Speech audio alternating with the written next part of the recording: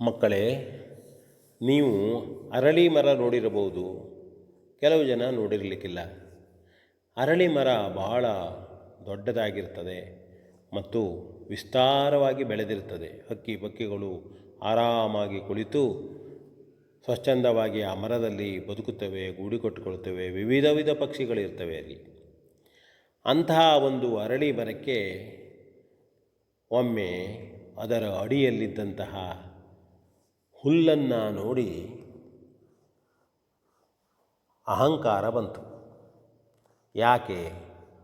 ಹುಲ್ಲಿಗೆ ಹೇಳಿತದು, ನೋಡು, ನೀನು ಬರೇ ಒಣ ಹುಲ್ಲು, ಗಾಳಿ ಬಂದರೆ ಅತ್ತಿತ್ತೆ ಬಾಗುತ್ತಿ, ನನ್ನ ಹಾಗೆ ಗಟ್ಟಿಯಾಗಿ ನಿಲ್ಲುವುದಿಲ್ಲ. ನಾನು ಆಕಾಶದತ್ತಕ್ಕೆ ಬೆಳೆದಿದ್ದೇನೆ,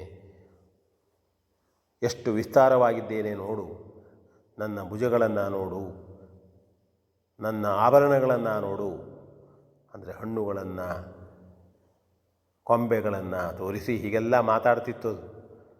ಎಷ್ಟು ಸೌಂದರ್ಯವಾಗಿ ಉಂಟು ನನಗೆ, ಮತ್ತು ಅಷ್ಟೇ ಗಟ್ಟಿಯಾಗಿದ್ದೇನೆ ತಾನು. ಯಾರು ಬಂದರೂ ನನ್ನನ್ನು ಅಲ್ಲಾಡಲಿಕ್ಕಾಗೋದಿಲ್ಲ, ನಿನ್ನ ಹಾಗೆ ದಿನಾಲೂ ಬಾಗೋದಿಲ್ಲ ನಾನು ಅಂತ ಹೇಳಿ ಆ ಹುಲ್ಲನ್ನು ಟೀಕಿಸುತ್ತಿತ್ತು. ಅಹಂಕಾರದಿಂದ ಮಾತನಾಡ್ತಾ ಇತ್ತು. ಆಗ ಹುಲ್ಲು ಹೇಳಿತು, ಏನು ಮಾಡೋಣ ಅರಳಿ ಮರ, ನಿನ್ನ ಭಾಗ್ಯ ಹಾಗುಂಟು, ನನಗೆ ಹೀಗುಂಟು. ನಾನು ಬಾಗುತ್ತಾ ಇರ್ತೇನೆ, ಗಾಳಿಗೂ ಬಾಗುತ್ತೇನೆ, ಯಾರಾದರೂ ಬಂದರೂ ಬಾಗುತ್ತೇನೆ, ನನ್ನ ಗುಣವೇ ಬಾಗುವುದಾಗಿದೆ ಎಂಬುದಾಗಿ ನಿಧಾನವಾಗಿ ಗೌರವಪೂರ್ವಕವಾಗಿ ಉತ್ತರ ಕೊಟ್ಟಿತು. ಒಂದು 4 ದಿನ ಕಳೆಯಿತಷ್ಟೇ ಭಯಂಕರವಾದಂತಹ ಬಿರುಗಾಳಿ ಬಂತು. ಹುಲ್ಲು ಪೂರ್ಣ ಬಾಗಿತು. ಅರಳಿ ಮರ ಗಾಳಿ ಬಂದಾಗ ಸೆಟೆದು ನಿಂತಿತು, ಎದುರಿಸಬೇಕು ಅಂಥೇಳಿ ಸೆಟೆದು ನಿಂತಿತು. ಮತ್ತೂ ಗಾಳಿ ಬಂತು, ಗಟ್ಟಿಯಾಗಿ ನಿಂತಿತು. ಕೊನೆಯಲ್ಲಿ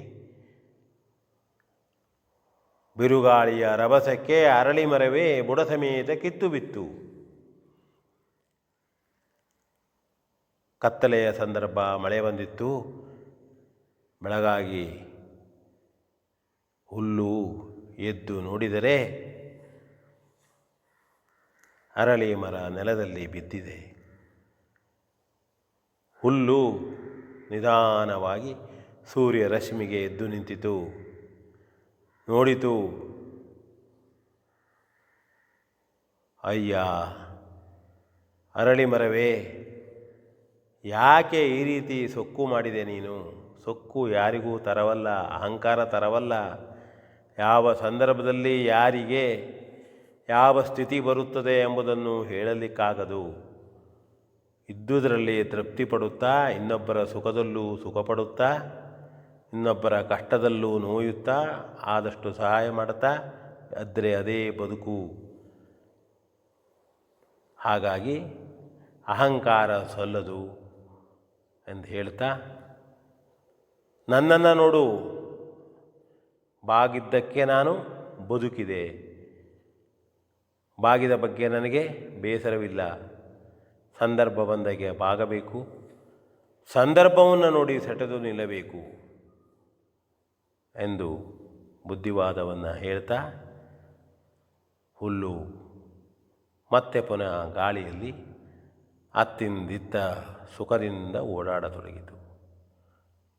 ಅರಳಿ ಮರ ನೆಲದ ಮೇಲೆ ಬಿದ್ದು ಮುಂದೆ ಬೆಳೆಯಲೇ ಇಲ್ಲ. ಅದು ವಿ ಎನ್ ಭಾಗವತ್, ಬರಬಳ್ಳಿ.